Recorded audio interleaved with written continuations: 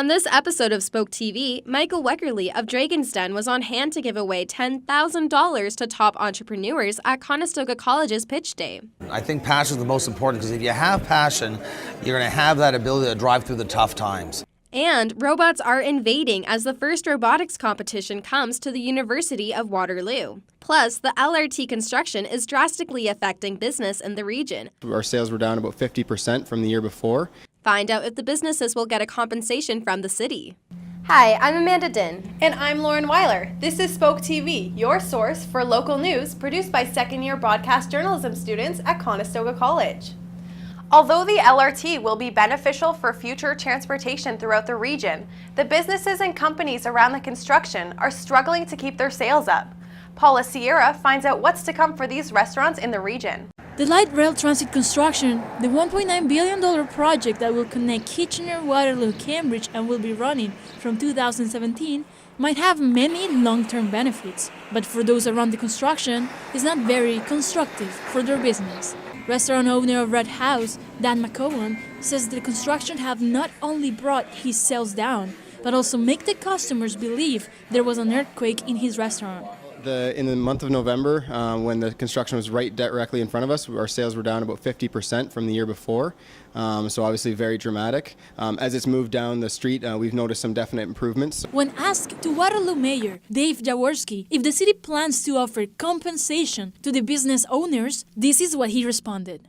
For me, what I'm focused on is making sure that our businesses are open for business and that people come here. So I've been personally promoting shopping and dining in Uptown Waterloo for quite some time, and I plan to do that for the next 2 years to make sure that these people can run businesses effectively. King Street between Union and Wellington and Charles between Bentham, Frederick and Borden Avenue are expected to close, if they haven't already, in the coming days. However, one of the most impactful street closures will be the one of King, from Victoria Street to Moore Avenue, that will last for up to 18 months and will make restaurants like the ones behind me look up for new ways to reach up to customers. For Spoke TV, I'm Paula Sierra, and now back to the studio with you guys. Thanks, Paula. And speaking of transportation, financially struggling Conestoga College students may soon hear a sigh of relief from their bank accounts. Waterloo Regional Council says it will consider extending a universal bus pass to Conestoga College students during its 2016 budget preparations. This universal pass, or UPass, will cost university students in the area about $80 per term after an increase slated for September 1st. For the same service, Conestoga students are currently paying $218 per term, nearly $140 more than the average Laurier or UW student. If it comes into effect, the college's student government says the region should also commit to increasing future bus service to the Dune area. Ontario is increasing minimum wage for the third time in 3 years, and this would usually excite most employees. But the continuous rise may not solve other issues involving poverty in our community. By October 2015, all employees will see an increase in pay. This isn't the first time minimum wage has risen in the past few years, and employees will see an increase of 25 cents. Premier Kathleen Wynne has created a legislation to increase minimum wage yearly. Since this new regulation will continue to rise, it will lower the availability and opportunity of jobs for individuals in poverty. According to Stats Canada, 1 in 8 workers who earn minimum wage are in poverty. These pay increases may be good news for some, but it still won't help those in poverty. Earlier today, some of us sat down to further discuss the issue of financial compensation for food industry workers in this week's panel. Hi, welcome to this week's panel. I'm Joe Dyke. I'm joined today by Amanda Din, Danielle St. Cyr, and Lauren Weiler. The topic this week is on the treatment of fast food workers. This is due to a recent incident in Hamilton where a fast food worker was assaulted by a customer. Do you think that the rate of pay that they receive now is fair considering everything they have to go through? Personally, for me, I work at a McDonald's, and for the incident that happened in Hamilton, those type of incidents occur most often during the night, especially during our weekends. And due to that, we have to have a cop present because of all the bad stuff that happens. And because of this, our store owner does know about it. So we get paid $1 extra and a free meal. And I feel like that does help compensate it, just because we do get a little extra treatment just because we know that it is a rough shift, but it is the food industry, so I do understand these stuff do happen, which is really unfortunate. Yeah, I agree. I work at a Tim Hortons, and normally customers are pretty nice, but I think just when they get upset over like if we mess up their meal or if we mess up their drink, they get upset and they take it out on us in sometimes a physical way with like maybe throwing their food or calling us names and I think it's just because of the fact that they think we have such an easy job, therefore us messing it up, it shouldn't have happened. So they take out their anger on us in an inappropriate way. And whereas getting paid more, I think we should in a way, because we do have to put up with a lot of angry customers, not saying that we don't ever get happy ones, but I think that yes, I'm not saying raise it a lot, but a nice little tip or raise would be good.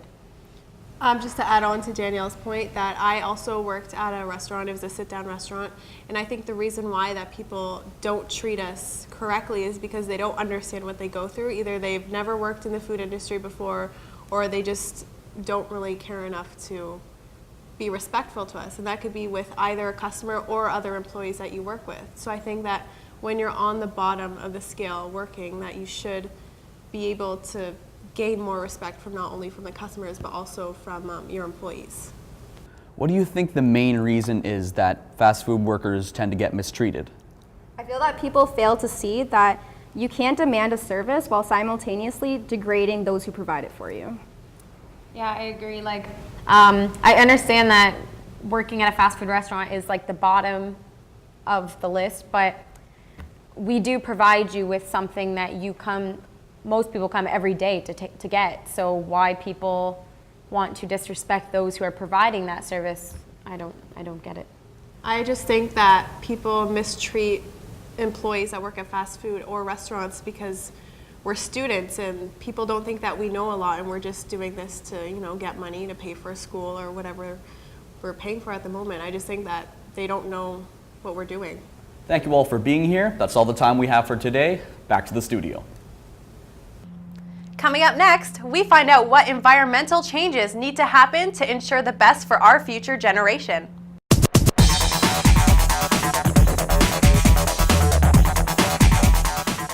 After the recent closing of the Schneider's meat plant and the loss of 1,200 employees, workers of Kitchener-Waterloo can keep their heads up for new work in the food industry. DEC Foods, a food processing plant in Waterloo, has received an $800,000 provincial grant to expand and create 50 more jobs. The company reveals that receiving the Southern Ontario Development Fund will be an investment in the company's growth plans and help to diversify the economy by stimulating innovation. These jobs will be in the field of production, skills mechanic, and administration. They will be added over the next 4 years and be permanent and full-time. Grand River Hospital and the University of Waterloo announced a research partnership to help improve patient care. This will help both parties to refine questions and shape the work they plan to do. Chris Alexander looks into the benefits for both academics and clinicians. Grand River Hospital and the University of Waterloo have announced a partnership which will allow student researchers to collaborate with clinicians at the hospital on research in 3 main areas: health innovation, aging, and cancer treatment. Mark Cargelotto, Director of Communications for Grand River, explains how students will benefit from this partnership. That sort of liaison that gives them one pipeline into the place. We think this will do an awful lot better for them and give them hopefully more streamlined access and give them greater availability to resources and clinicians and with their consent patients as well. As part of the partnership, the hospital will provide space for university researchers at both its Kitchener-Waterloo site and its Freeport site. For Spoke TV, I'm Chris Alexander. Environmental change is important for not only the present but also for future generations. At a national level, Canada does not see the environment as a priority. Laura Moncada looks into how Canadians are trying to make a change, big or small. Natalia and Michaela are twin girls that were born on April 2014 at the Grand River Hospital. They are going to grow up with an environmental future to worry about if there are no changes in the way natural resources are being used. Today, half of all Canadians are exposed to unsafe levels of air pollution, and there are constant warnings about the quality of drinking water systems. Canada is a nation that doesn't recognize a healthy environment for its citizens. That's why there are no national safety regulations for drinking water or binding air quality standards. Countries with environmental rights and responsibilities in their constitutions have stronger and better enforced environmental laws, smaller per capita footprints, and are more successful at reducing greenhouse emissions. The Blue Dot Project is a national movement based on the principle that every Canadian deserves the right to enjoy fresh air and clean water. Jim Marston joined the movement to help protect the environmental future of his grandson, Harrison. Marston is now one of the coordinators of the Blue Dot Project in the region of Waterloo and explains that decision-making should look into the future. Some of the arguments might be, even at a federal government level, that such environmental rights and protections might slow down, new economic development, or incur additional costs that might harm the business environment. But these are not really good, valid arguments, and they're really short-sighted arguments. The protection of the environment is a responsibility that is taken by all levels of government, federal, provincial, and municipal. Such control has led to unequal levels of protection. Ontario, for example, is one of the few provinces that has in place the Environmental Bill of Rights. Jay Flanagan works as a project manager for the Environmental Division of MT, a consultant firm for engineering and management. Flanagan says that southwestern Ontario is one of the hardest places to get a permit when dealing with environmental implications. I think right now we probably have a fairly good balance in terms of policy and still allowing companies to see southwestern Ontario as a good place to invest. The region of Waterloo is struggling to make a big environmental change because its decision-making can be overruled by Ontario's municipal board, which oversees the province's municipal laws. Councillor Yvonne Fernandez, a member of Kitchener's Environmental Committee, explains that the region is fighting with developers for protected land. So we're struggling right now with the regional official plan that has been at the Ontario Municipal Board. The developers want the regional official plan to be overturned so that they can develop more hectares of land. The region's plan to preserve 84 hectares of land was overruled to allow 1,050 hectares to be developed by 2030. Fernandez is concerned that areas where there is agricultural land and endangered species is lost to development. Many individuals are now dependent on the different boards to create environmental change, with many making a difference at a smaller scale. The Young Naturalist Club is a partner group of the Waterloo Region Nature. Young Nats meet once a month to explore different topics of nature, allowing kids to connect with their surroundings, as well as learn how to interact with the environment in a way that doesn't hurt. The government has made some progress by reducing different kinds of air pollutants, improving sewage treatment, reducing municipal waste, increasing recycling, and creating more protected areas. But there is still more to do to protect the environment for children like Natalia and Michaela and their future generations. For SPO TV, I am Laura Moncada. Coming up after the break, we find out what Dragon's Den Michael Wekerle was up to at Conestoga College last week.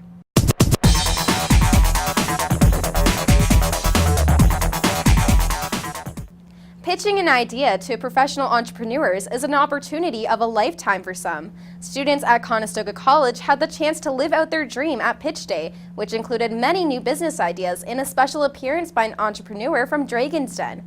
Kate Leahy sat in on some of the pitches. The newest dragon of Dragon's Den, Michael Wekerle, was greeted at Conestoga College for Pitch Day last Tuesday.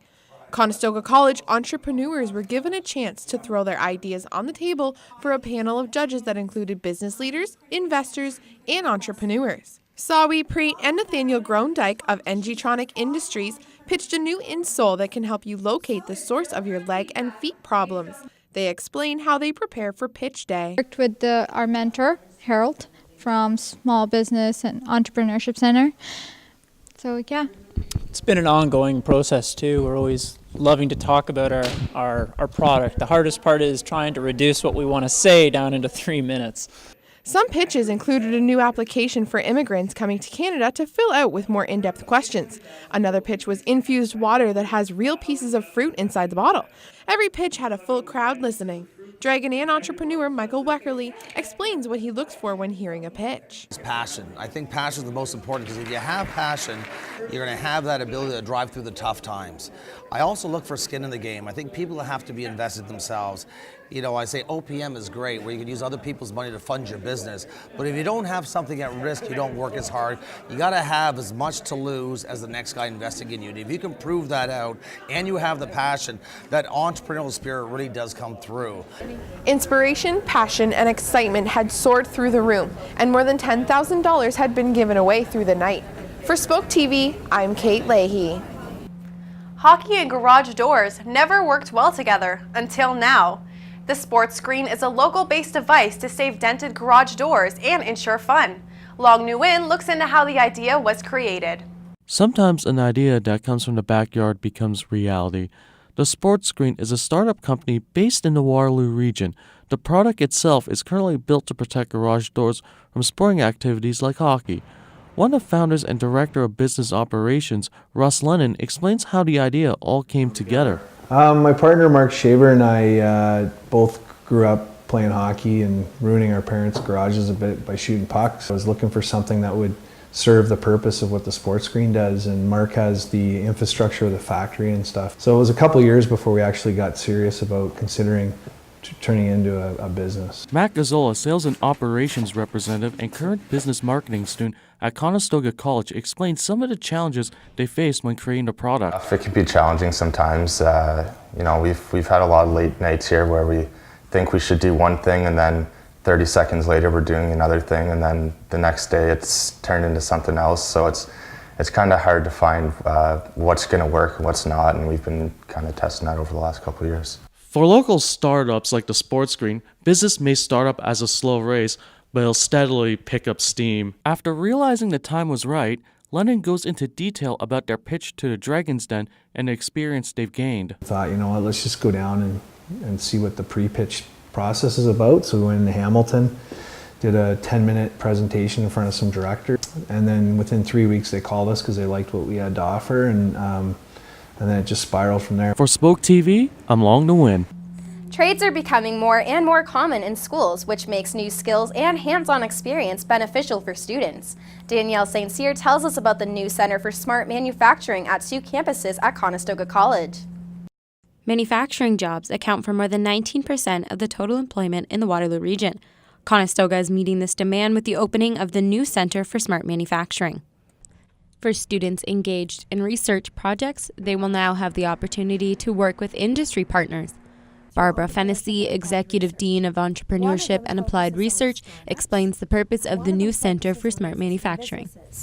We focus on startups through the Center for Entrepreneurship, but as businesses develop and as we interact with businesses in our community that already exist, especially in manufacturing, we work with the Center for Smart Manufacturing to help them to develop products and services.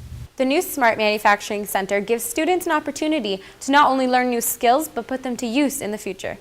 It provides a hub for applied research to support the needs of small and medium-sized enterprises.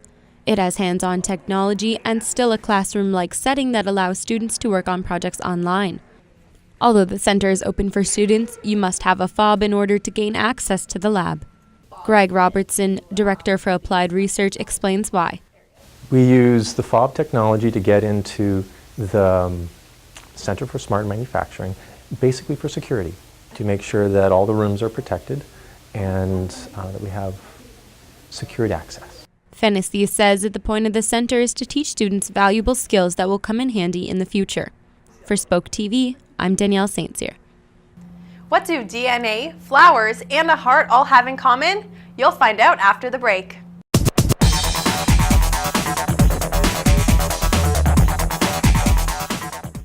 And now for entertainment, here's Marian De Palma. Thanks, Amanda. Robots may usually be depicted as evil in movies, but reporter Josh Horsley visits an event at the University of Waterloo to show us the positive sides of these creative man-made machines. The wheels were spinning and the gears were turning at the 11th annual First Robotics Competition in Waterloo. 30 teams of high school students from across Ontario and the U.S. had 6 weeks to build their robots for the first competition. FIRST stands for Inspiration and Recognition of Science and Technology. First robotics volunteer Richard Yun explains this year's game, Recycle Rush. Recycle Rush has teams of 3 where their focus is on being able to stack totes, gray totes, and on top of that put a recycle bin, and on top of that put a pool noodle, which is called litter for this particular game. And the idea is to be able to maneuver totes as quickly as you can and stack them as high as you can, and you earn points for doing that. Claire Sadie of Group 4617 explains why it's important for the region to hold events like this. I think it really reaches out to students and shows them the importance of science and technology because it's a huge part of our world now, and just you learn so much from this. It's not only science and technology, there's the whole business aspect and the social part of it, and you just learn a lot through. 4617 is also a unique group in this competition because they are one of the few all-female teams. Females can join and we're just as successful, and I think that it's really important to get across to other people. The first robotics competition doesn't only teach kids about robots, it also teaches them valuable social skills like teamwork.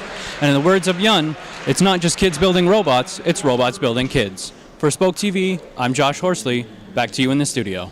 Thanks, Josh. What started as a gathering of independent record store owners trying to spread the word about vinyl has now become a day celebrated across the world, and one Kitchener record store is joining in on the celebration. Vinyl has slowly been making its way back, and International Record Store Day is almost here. The third Saturday of every April has marked this celebration since 2007, and it urges music lovers of all kinds to gather at their local record stores and keep the vinyl culture alive. This year's ambassador for the occasion is the Foo Fighters' own Dave Grohl. On April 18th, you can even visit Encore Records in Kitchener, who will be joining in on the celebration and will have a new selection of records in stock for the occasion. The visual merchandising arts students at Conestoga College held their 5th annual aWEARness fashion show this year in support of a service dog for a local family. Reporter Nora Mazzaros tore up the runway to tell us more. Fashion for a cause. This year marks the 5th annual aWEARness fashion show and runway performance put on by graduating visual merchandising arts students from Conestoga College. From mere sketches on paper, this group of students developed a concept and created the costumes using duct tape, staples, hot glue, and whatever else they could get their hands on. Graduating student and performer Valerie Kurzweil describes the amount of work that went into the costume design. Then other people's costumes are so intricate, like recycling. There's so many things glued onto that you know that she spent hours and hours upon it. And I know I've spent hours upon mine because the whole right side of my costume was completely different 4 weeks ago. Aside from the stunning imagery, the event is unique because all the proceeds from the show go towards a charitable cause. The group chose to give to the National Service Dogs, and to student Ashley Rogozinski, it is great to give back. It means a lot to be able to give back to the community. We're giving to the local chapter, obviously, so they have a lot of different programs, one for autistic children. They have a program that they give dogs to people with PTSD, so the money that we're raising will help to sponsor a dog for a family. Over the last 4 years, aWEARness has raised close to $10,000 for various charities. This year, the performance was an overall success, and as one show ends, preparations will soon start for next year, as 2016's graduating class will have its chance at a year-end showcase. For Spoke TV, I'm Nora Mazzaros. Thanks for tuning in this week. For more Spoke TV, be sure to check us out online at spoketv.ca or give us a follow on Twitter.